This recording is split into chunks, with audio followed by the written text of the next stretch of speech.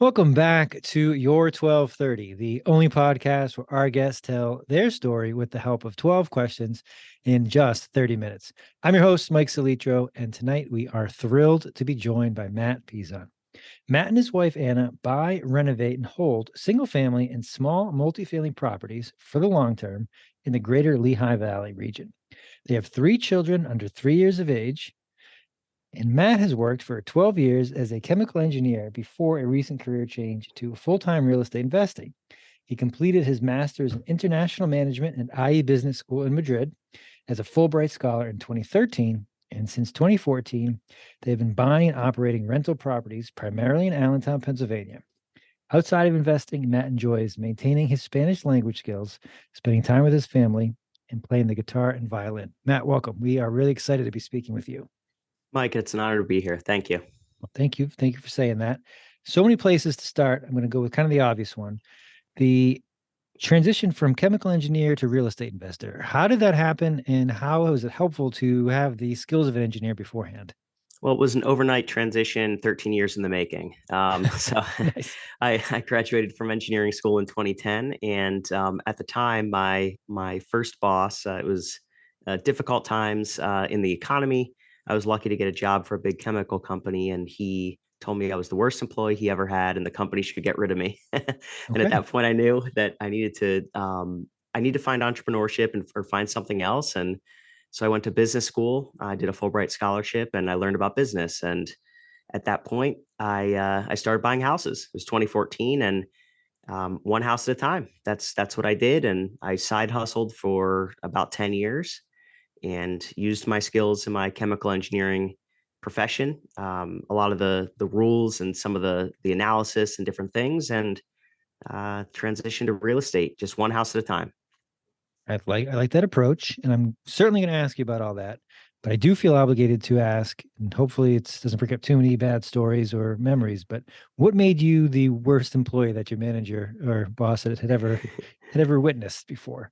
Well, so there it was we were building servers basically and putting them out in pipelines. And as a chemical engineer, that's not really something in my core competency. It's more like an IT type role. And there were no processes, no documentation, no procedures, part of which now I'm a little bit obsessive about that for my employees because I don't want them to go through what I went through. And there were very few instructions. It was sink or swim. And fortunately, I sunk. It was hard at the time because it opened up my eyes to other opportunities, which I'm pursuing today. I love the attitude, and I want to tie that together just as kind of as you have with that experience, and then being able to see firsthand, wow, if this was documented or there was a system for this, it'd probably be a lot easier for the people executing. So you've done that for your employees. How important was it for you when building out your team? Because this has been, as you said, 13 years in the making, to have kind of a better experience for them than you had, knowing that there's going to be difficulties because it's a real estate investing is not easy to have those things ready to go, built out, and have a process for them to follow. Oh yeah, it's critical because as I was building my team, I realized I have a lot of knowledge in my head, but that doesn't help the rest of the team. So I needed to get it on paper, create training videos, checklists, defining what done means, and creating procedures and workflows. So once things could get out of my head and onto paper, it's something tangible for an employee. Just having them ask me questions, explain in words. First of all, many people don't learn through their ears and through hearing things. They either learn kinesthetically for doing things or seeing things. So it was really important to get things down on paper, and so that's what I do for my team. I really try to hit all the sense points.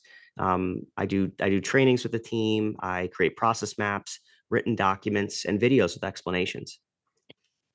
I really, really like that. And I'm going to steal the get the information out of your head because it's not helping your folks. Because whenever, but generally, if you're talking systems, process, workflows, especially the real estate folks, they're will at best smile, usually roll their eyes and want to change the topic because they don't Yeah. want to talk about those activities. So if you position it as I have things that I can only share through this mechanism, it becomes valuable to both of you. So I really like how you kind of have done that for your team. Going backwards, what came first? Spanish or studying in Spain? How did you get there? Spanish came first. I did a degree in college, and I studied Spanish and literature and things, and I studied abroad, and that's when I decided that I wanted to go to Spain, and I went there and studied abroad. So um, yeah, Spanish came first. Yeah. Okay. And you, as part of your list of things you like to do outside investing, is still Spanish. How do you stay sharp? I read books to my kids now, but that Ah, that of course has some limited vocabulary. But I call my friends, back in Spain and really all over the world. Friends in Mexico, Guatemala, and just stay in touch and watch different things online and stuff like that, just to keep myself sharp. okay. Very nice. Yeah. And getting into the real estate investing piece, kind of taking it part by part, investing in single family and small multifamily. How did you determine that was the type of property class that you wanted to focus on? Well, at first, it was all I could afford. So I could afford a down payment on a single family home. At a certain point, after purchasing so many single family homes, I decided that I was very comfortable in that space. And rather than there has been, now it's changing with rates and different things, but there's been so much competition in the larger multifamily space, institutional investors, lots of money chasing these deals, and a lot of the deals that I was looking at weren't penciling out. But the single families that I kept finding at a good discount that needed work, they just made sense to me. So rather than trying to scale up in apartments, I just scaled up how many single families I was buying. So I did achieve some of that hockey stick growth that a lot of the investors look for, but it wasn't by buying 150 unit property. It was by buying 50 single family homes at a steep discount. So that's what I chose to do. So, if you could just walk us through two pieces of it. One, the steep discount, how are you able to locate properties that were either undervalued or underpriced? And then two, for these arrangements to work, generally the lead investor or the person in your shoes has a skill that others don't, or an intangible value that you bring to a deal. So, what is that for you, and how are you able to source these deals? Right. So I go direct to seller. I send a lot of mailers. We do ads online. Our website, people find us by searching our keywords, finding our website, and relationships. So a lot of the deals are, for almost all of them, are off market deals. And our value proposition really is that there's no agent commissions, fees, anything like that. 6, 7, 8%. The sellers aren't required to do repairs, so they don't have to come out of their pocket with cash. We deal with tenant situations. We deal with properties that are really beat up. It's a turnkey solution for the seller, and it's not for everyone, but we solve problem properties, and we solve situations for sellers that they might not want to deal with, and we just cast a wide net, find the sellers, and close the deals. Very nice. And how how will I guess the how did you've described, but what type of situations are these sellers looking at, or how can you identify that this type of either market or this type of property owner might be somebody we should talk to? Yep. So over the years, we've added more and more. Initially, I was just sending letters. I was handwriting letters to landlords Okay. by myself. I wrote like 5 or 600. But since that time, we have gotten pretty sophisticated. For about 15 counties surrounding us, we know how to search the county records, and it's all public information. It's not proprietary or list buying. I have a team of people that go directly to the public records, and they'll search for IRS tax liens, and then they'll find out if that person owns a property. Pennsylvania Department of Revenue liens. Does that person own a property? Credit card judgment. Do they own a property? Behind on taxes, behind on mortgage, probate situation, inherited properties. And there's 5 or 7 other categories. And we look in all these county records for those folks, and then we send them letters. It's a little tricky to do and it's time consuming, but it's the best possible list because the data is real. You're not buying lists from stacking and lists from all over. Oh, we think they're going to be sellers.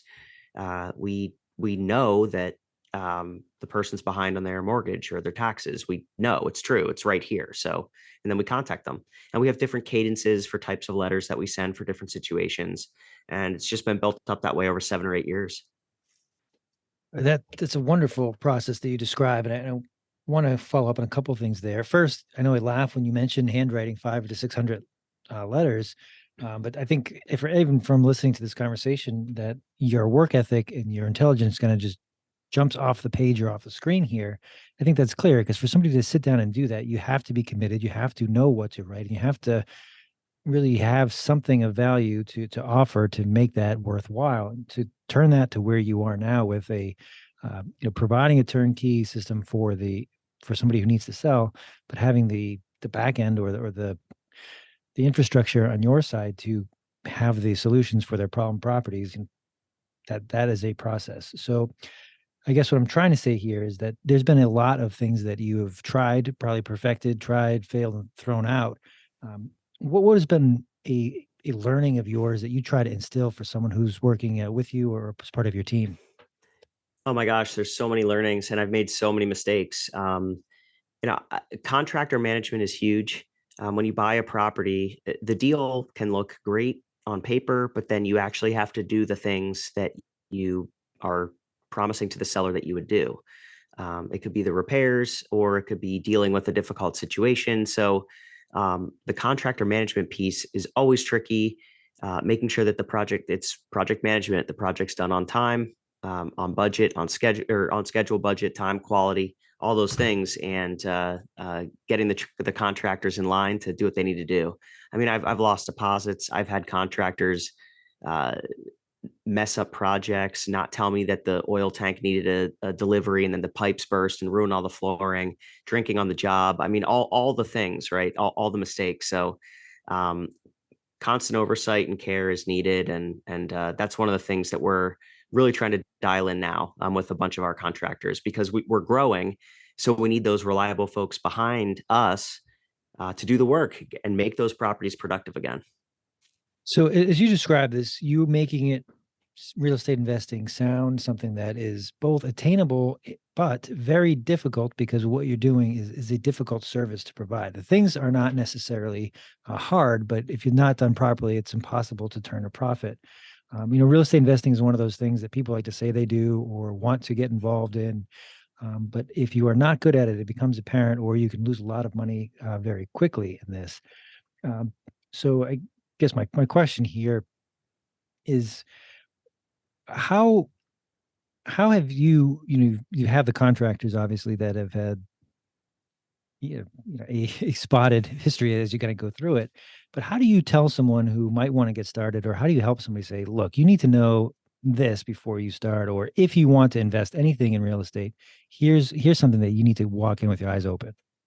Oh yeah, well, absolutely. So, real estate is there's so many facets, but for those looking to get started, you really need to start with yourself, and you need to say, "What's my personal financial situation?" Because a larger deposit is required if you're putting even 5% down at today's prices can be a chunk of change. So, um, you need to look at your credit, your savings, your income, maximizing your income, reducing your expenses to save as much as possible. And then you need to find out, okay, so when I'm ready to buy, where do I want to buy? What market do I want to buy in? And then what type of property do I want to buy? And does that property align with my personal investment philosophy that I have? So there's all these questions. Do I want to buy longer term? Do I want to buy medium term? What do I want to do? And then execute on that plan. But it starts with you, to make sure that you're ready to do this, and that you have the savings, but then also the grit and the resilience, because there are going to be bumps along the road. So it's not an easy business, but it is attainable. It's also not rocket science. Well, I do not want to minimize, because you do make it sound like, wow, anybody can do this. But the things you are doing is not what I hear a lot of other people who want to get involved, because you're doing the stuff that really needs to get done to be done well, to have this many properties become profitable for you to do it so many times. And you mentioned scaling with a number of properties versus number of doors through a large multifamily property. So that's how you've been able to do it. I've written down a few things that I want to follow up on. The first that you mentioned, knowing when something is done. I like that phrase. How do you explain that, and why is that important? Let's start there. Oh yes, the definition of done, because it's critical to be clearly explicative with your employees or with your team about this is what, when A, B, C, and D are done, then I consider it done, not A and B. And over the years, I've learned that um, my vision of what done means might not be someone else's. And if I don't tell someone clearly up front what I expect and what my expectations are, if I leave things up to interpretation, it might not be what I want. So you inspect what you expect, and you're clear up front with what you want the result to be. And then there's no gray area. There's no guessing. And that's wonderful advice. And I think even the inverse of that is true. That if you don't have it clear, here's the walk away, or here's when it's okay to be to move on to the next thing, you might have either a perfectionist or somebody who's nervous to do that next thing, where it's like, I'm gonna just keep doing them and keep mopping the same spot on the floor unless someone tells me to do something else. So I think it's really good to establish that and have those expectations very clear to say, here's where we need to be for either side. So thank you for walking us Yeah. through that. And then the other thing I not noted here is not buying leads, that you're working with public information, that you have the ability to go through large amounts of data, identify what's important to you and how it fits into the system. I do strongly believe that there are very few, if any, small businesses as you run this that can rely on purchasing leads. So how in your system identifying what worked for you for someone who's looking to either get started in real estate investing or any kind of side hustle, how can they determine what types of leads would work for their business, or what types of things should they look for to say, okay, this can work for me, as opposed to I'm just going to go buy a list off Google? Yeah, right. So, I mean, it depends what the budget is. I mean, I am a fan of digital marketing, not necessarily purchasing leads that come through like SEO vendors, but Google Ads is good. I use that, Facebook ads, but I didn't start there. So it really comes down to, are you looking for distress? Are you looking to send letters out, or are you looking for people to come to you? So for some of the ads that I do, it's a lot of the inbound marketing. But I had initial success with the outbound and reaching out to people that were in some of the situations I mentioned, where they inherited a property, or they were behind on their taxes or behind on the mortgage. Just knowing who those folks are, it's fairly quick, easy, and inexpensive to find this information if you dig. And then you can really start getting rolling by just, you could even handwrite letters and send them to those folks, which is what I started to do a little bit after the landlords that I was mailing to. So it really depends upon what you're set up to do, and what your skill set is as a newer investor. I didn't know anything about digital and online marketing, and all that stuff I learned in the last year or two. So I was just doing it the old fashioned way and just sending out letters. So, but maybe your listeners are a lot smarter than I was when I got started. So I was just sending letters, like handwriting stuff. So, with information online. So that's you're very humble as you walk as you walk through this. So thank you for that. I'm sure that there's plenty of sophistication, especially with the engineering background, into lots of the things that you built. But you mentioned using kind of a side hustle or doing this not primarily. There's lots of people that I come across, I'm sure with you, that are not in love with what they're doing day to day and are starting something or thinking of starting something. Is there a first step, or is there an A/B test that they can do that you say, well, this worked for me, or this is something I wish I had tried first, that they can maybe try tomorrow to get them to a place that they want to be working for themselves or have a small business on the side? Yeah, real estate specifically, folks generally either own their home or rent. So you can kind of get a sense. Folks generally have an idea of, would I want to tolerate this, or would I not want to tolerate this? Real estate specifically. Now, as far as small business and entrepreneurship, I would recommend taking some courses first. What really opened up my eyes to entrepreneurship and creating businesses was, I did a master's degree, which not everyone is just going to go out and do, but there are local community groups that have business pitches. There's meetups. There's different things that you can go online on YouTube. It's the great teacher of our time, right? And you can take some of these free courses and really get a sense of, okay, does this type of a business, or just doing business, creating a business, is that something that I want to do? So I would just recommend doing thorough research in the area of business that you'd like. And if you don't know, just checking out YouTube videos and going to different meetups with business leaders and talking to them. Get a cup of coffee, offer to grab lunch, and just pick someone's brain and really figure out if what they do is what you want to do. And for a lot of people, the answer is no, and that's okay. And for a lot of people, it's yes, but if it's this type of business. And I knew that I wanted to get into business. I didn't know what type until I thought about a whole bunch of different opportunities. You should just ask my wife. I said 10 different things and we decided on real estate. So, yep.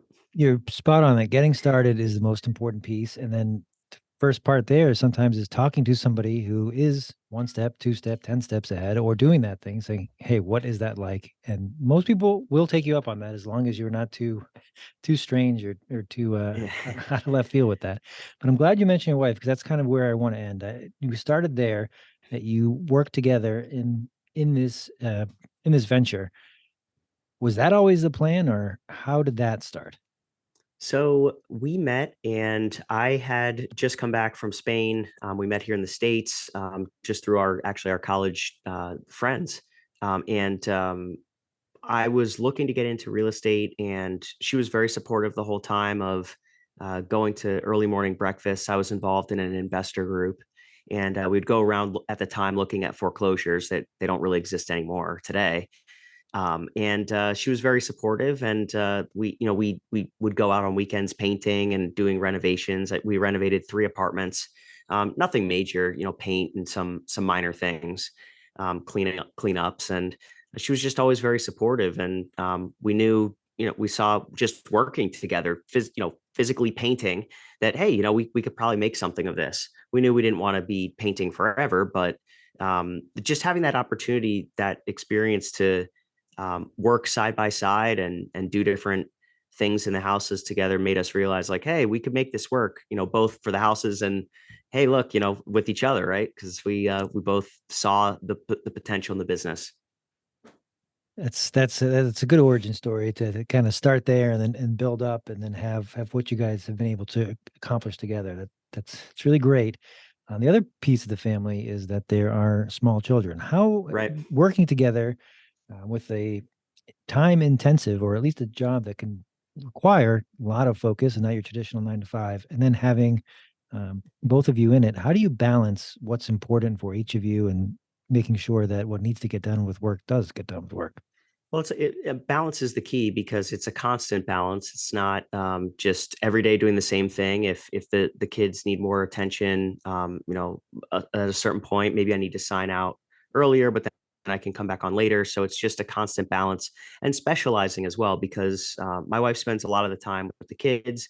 I spend the time during the day in the office, but then we come together as a family in the evening. So it's important to get all of the needs met as effectively as possible. And we implement things. I work from home, for example, so I don't have a commute, so I can save time there.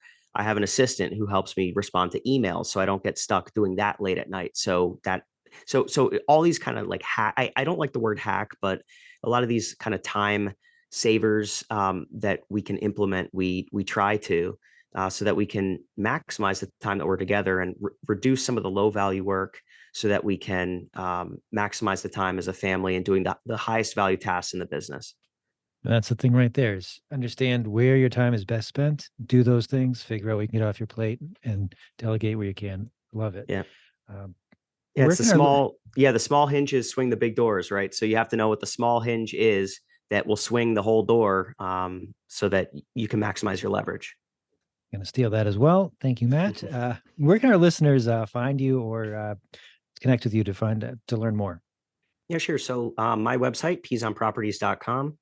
You can fill out our form there. You could put in 123 Main Street and just say that you found me on the show, and happy to schedule a call, meet with anyone who's looking to get started. And frankly, just encourage folks that are in their 9 to 5 who have big dreams and aspirations. They want more and they think real estate can get them there. I'm happy to talk to them. Awesome. So we will post that for sure. I am good at jumping around and sometimes leaving obvious questions on the table. Is there anything I didn't ask you that I probably should have? Um, I don't think so. I think you covered a lot there. So I really appreciate the opportunity to be on your show, and hopefully the listeners got value. I'm sure they have, and I will take that. So thank you for the kind words, Matt. This has been a blast. I look forward to doing it again, and I wish you nothing but the best and continued success. Thanks again, Mike. I appreciate it.